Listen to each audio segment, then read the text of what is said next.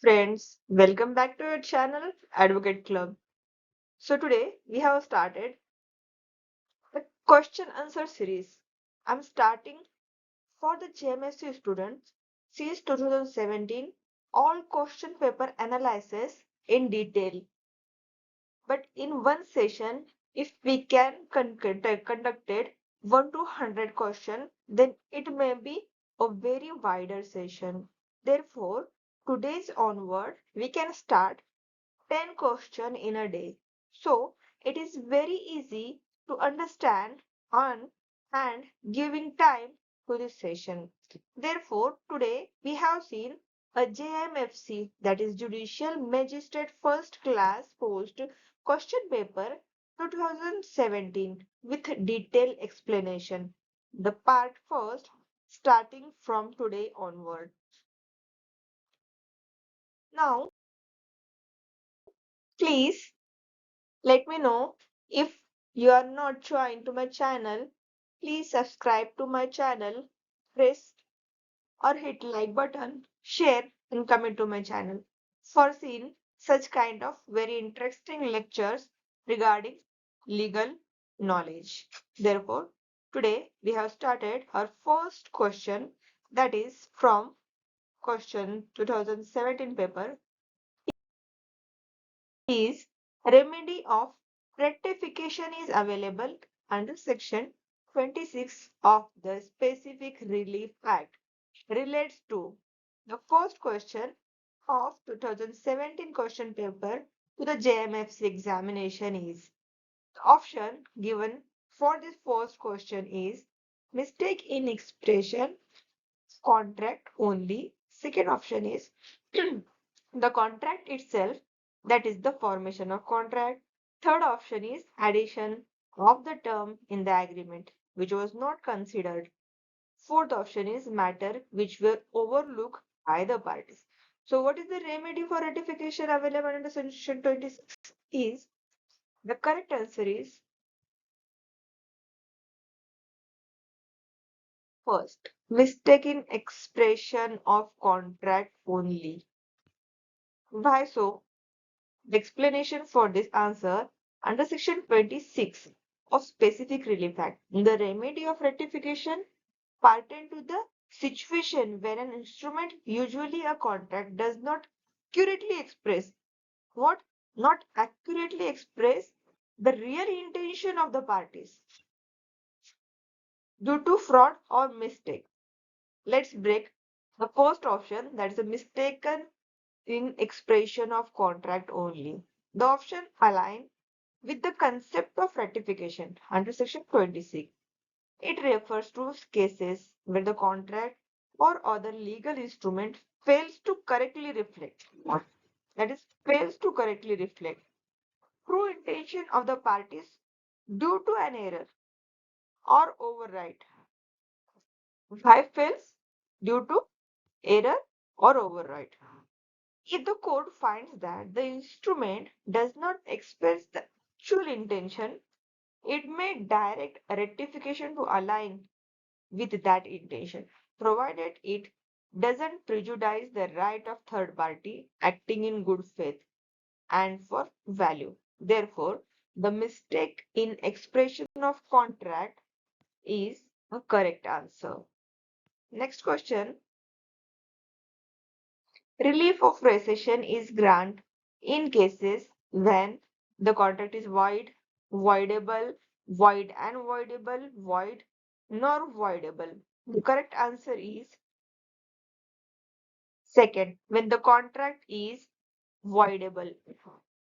Why so? The explanation for the answer is relief of rescission in contract law pertain to situation where party seeks cancel or undo a contract due to certain grounds. So, relief of rescission. Second answer, how correct? The explanation, let's explain the option of second, that is when the contract is voidable.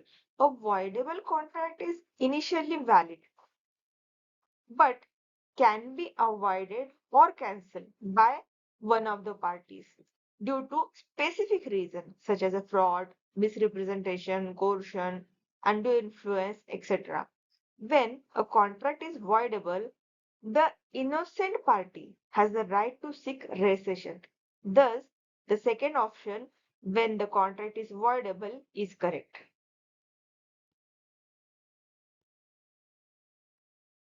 Next question, that is the third question, Section 12 of the Specific Relief Act permits grant of specific performance part of contract.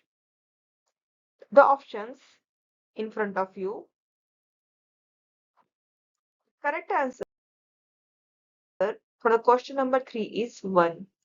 That is where the part left unperformed bears only small portion of the whole in value and admit the compensation in money. So, according to Section 12, Subclause 2 of Specific Relief Act, the court may direct the specific performance of so much of the contract as can be performed and award compensation in money for the deficiency. But the following condition must be satisfied then and thereafter, that is the compensation, or accordingly Section 12 is fulfill all the needs. So first one is a party of contract is unable to perform. Firstly, the party of contract is unable to perform whole of his part of it, or the second one is part which must left unperformed, bear only small portion to the whole of value. That's the answer. Option is third condition is the part which must be left unperformed admit of compensation in money. So three condition, contract is unable to perform, left unperformed small part, left unperformed, admit compensation. This three condition is necessary to fulfill. The provision is based on the principle that the court should not refuse to grant relief on account of trifling or insignificant breach of contract, which can be adequately compensated by money. So the correct answer is, hence the correct answer is first one. Next question, fourth one is, court is not bound to grant specific performance of contract merely because it is lawful to do so and can properly exercise discretion not to grant decree for specific performance of contract if the option is first unfair advantage, hardship, or both correct or both incorrect. So correct answer of section question 4 is third. That is a both 1 and 2. How it is? We can explain. According to section 20 of Specific Relief Act, the court has discretion to grant or refuse specific performance of any contract. We all aware about this fact that the court grants specific performance of contract on his discretion. So the court is not bound to grant such relief merely because it is lawful to do so, but the discretion must be exercised on sound and reasonable principle guided by judicial precedent and the circumstances each cases depend case to case or circumstances to circumstances. Some of the ground on which the court may exercise its direction not to grant specific performance are when the contract, though not voidable, give the plaintiff an unfair advantage over the defendant or involve some hardship on the defendant which he did not force, whereas it is non-performance would involve no such hardship on plaintiff. For example, if the contract price is grossly inadequate or excessive, or if the contract is affected by supervening even that making it impossible, then and when the performance of contract would involve the consent supervision of the contract, or when the contract is depend on the personal qualification or violation of parties, or when contract is in its nature determinable. Therefore, third option is correct. That is both A and B are correct. Next question, question number 5, where premises are laid out for residential purpose and tenant dies. Who among the following can be termed as a tenant under Section 7, Clause 15 of the Maharashtra Rent Control Act 1999. So, member of the tenant family, whether or not residing with him, is the first option. Second one is a member of the tenant family residing with him. So, obviously, the second answer is correct. That is a member of the tenant's family residing with him. Why it's so? Because according to Section 7 of Maharashtra Rent Control Act, tenants means person by whom or whose account rent is payable for any premises include. So, tenant includes such person who is continuing possession after the termination of his tenancy. So, first one is continuing possession. Second one is even on the death of a person who is tenant, such of his heir who is ordinarily residing with him at the time of his death, continue to reside in the premises. Event of his death, person who was tenant, his spouse, whether residing with him or not, time of his death, provided spouse was dependent on the tenant. Okay, provided spouse is dependent on tenant, then and then only spouse is eligible. Third one is any person to whom interest in the premises has been transferred. The interest may be transferred with the previous consent in writing of the landlord. Last one is any person remaining in possession with the consent of a person who was a tenant. So, the question's answer is tenant's family member residing with him. That's the first. His heirs who is residing with him. So, the correct answer is second. Next question is six. Choose the correct option. Same Maharashtra Rent Control Act question again. The first one is a Maharashtra Rent Control Act shall not apply to any premises belonging to government or local authority. Obviously, it is correct. Next option is bit difficult. Like Maharashtra Rent Control Act shall not apply public limited company having paid up share capital less than 1 CR. What is the difficulty of like the such kind of question is the not and less than. So we need to remember exact wording of Fair Act. Less than or more than, not apply or apply. So we can see how it is tackled to this question. The correct answer is first, obviously. Why? Because rent premises laid down to the paid up capital less than, not less than, so more than. Therefore, we have seen according to Section 3 of the Maharashtra Rent Control Act shall not apply to premises belonging to government and local authority. So first one is obviously correct. This is an exception granted to public authority. Next one is however, act shall not apply to the premises let or sublet to bank, public sector, undertaking, or any corporation established by the or under the central or state government, or any foreign mission, international agencies, multinational companies, and private limited company and public limited companies having paid up share capital of rupees 1 crore or more. This means that the act shall apply to the public limited company having paid up share capital of less than 1 crore rupees. It is applicable, and the question is not applicable of less than 1 crore rupees. Therefore, not exempted from provision of this act. So correct answer is first. That is only government or local authority and apply to the paid up share capital less than 1 crore rupees. I hope you can understand. It be difficult, but try to read again and again Barak. Then you can simplify the answers, how to identify the tackle. That's the main difficult part or crucial part, that is a not word. If you identified where not word is used and not used, the difficulty between the question answer selecting the options is not. Lots of time you all aspirant make a mistakes on the specific word, not. So you can remember not word is very dangerous for students. So continue for our next question. That is the question number 7. In a contract of guarantee, that is a contract of guarantee in our contract act. The question is enumerated in contract act. First option, there is a promise of principal debtor indemnify the surety.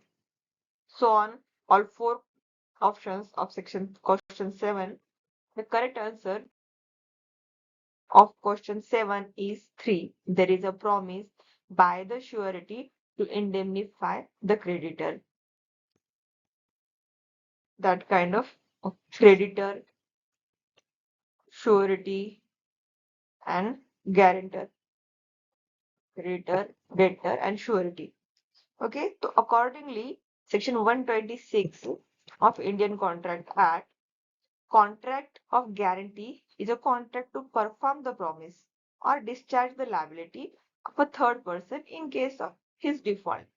The person who gives the guarantee is called surety. The person in respect of whose default guarantee is given called principal debtor, and the person to whom guarantee is given is called creditor. The contract of guarantee involves three promises. First one is principal promise, which is original contract between creditor and principal debtor. Okay, creditor and principal debtor. Just a minute. Can you repeat? Okay. So first contract in between it, first contract. Wait a minute. So this kind of three contracts. Next question is question number 8, where a contract to give time to the principal debtor is made by the creditor with the third person and not with the principal debtor. Same, the correct option is question number 8 is second. Surety is not discharged. So accordingly, section 136, the three kind of contract which we have already discussed, surety, creditor, and principal debtor. First, in between creditor and debtor. Second contract in between creditor and surety holder. First contract, second contract, third one is surety and debtor. That is, if he will not discharge duty, surety will indemnify to the creditor, but thereafter he can recover the money from the principal debtor. Therefore, that is an implied contract, and this both two is express contract. So therefore, three kind of contract happen in such kind of matter. Next question is 9. A and B agrees that A shall pay rupees 1000 to B, for which B shall afterward deliver to A either rice or small corn. So correct option is for the question 9 is also under the Contract Act. This is a valid contract to deliver rice and void agreement as to the OPM. Option number 3. Why so is because according to section 2G of Indian Contract Act, an agreement not enforceable by law is said to be void. A void agreement has no legal effect and cannot create any right or obligation for the parties. As concerning to this, section 23 of Contract Act, consideration or object of an agreement is most lawful unless it is forbidden by law or such nature that, if permitted, it would defeat the provision of any law, or fraudulent, involve or implies injury to the person or another property, or regards it is immoral or opposed to public policy, then it is not enforceable by law. So first part is a rise. It is legal and enforceable by law as per section 2G. Therefore, it is correct. But OPM agreement is not enforceable by law. It is immoral for the post of public policy. Therefore, it is void or forbidden by law. The agreement between A and B partly valid and partly void. The valid part, contract to deliver rice, which can be enforceable by law. The void part, is the agreement to deliver OPM, which has no legal effect and cannot be enforceable by either party. Therefore, the correct answer is 3. The last question is, which one of the following is not correct? So, agreement in restraining of marriage is void. It is obviously correct. Next one is the consideration object agreement is unlawful in part. Especially, you need to understand the question that is a not word, not word. So, specifically, we need to understand the correct answer is 3. Obviously, agreement in restraint of trade is not void. It is void. It is not void option. Therefore, it is a wrong answer. And therefore, the question asks not correct answer. So, agreement in restraint of trade is void. It is a correct statement. Here, using the word of not. Therefore, the correct answer of question 10 is third, that is not void. It is explanation in detail of question number 10 according to section 26 of Contract Act. Agreement by which everyone restrain existing lawful profession, trade, business of any kind, it to be extended is voice. This means that only contract prevent a person from engaging in any lawful occupation or activity if it is invalid or unforeseeable.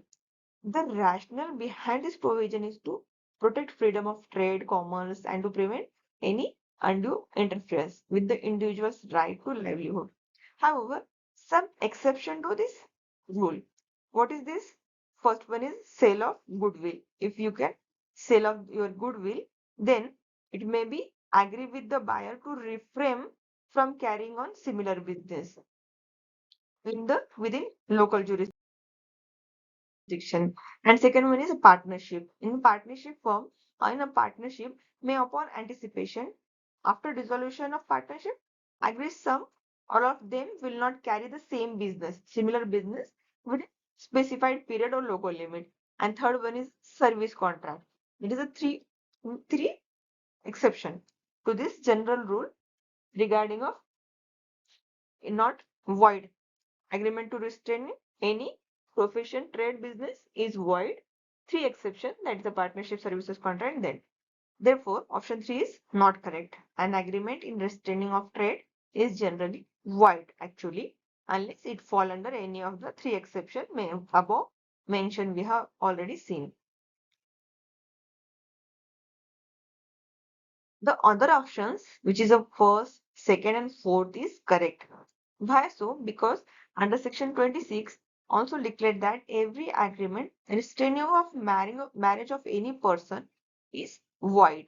Exception to that section is minor's marriage. This uphold freedom of choice or consent of marriage. Option second is also correct. Section 24 lays down that single consideration for one or more object or any one or any part of any one of several consideration for a single object is unlawful. Therefore, agreement is void. Similarly to section 23. Then option 4 is also correct. Under section 28 declares that every agreement by which any party thereto is restricted absolutely from enforcing the right in respect of a contract by the way of usual legal proceeding, ordinary tribunal, court, whatever it may be, then it is void if you can enforce him to restrain this right. Therefore, the correct answer is 3. Okay, friends, thanks for watching. We can start question 11 to 20 in our next session with detailed explanation of question paper 2017.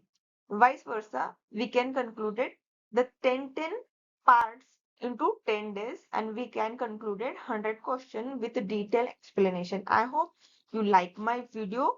Please share and subscribe to my channel for like such future videos.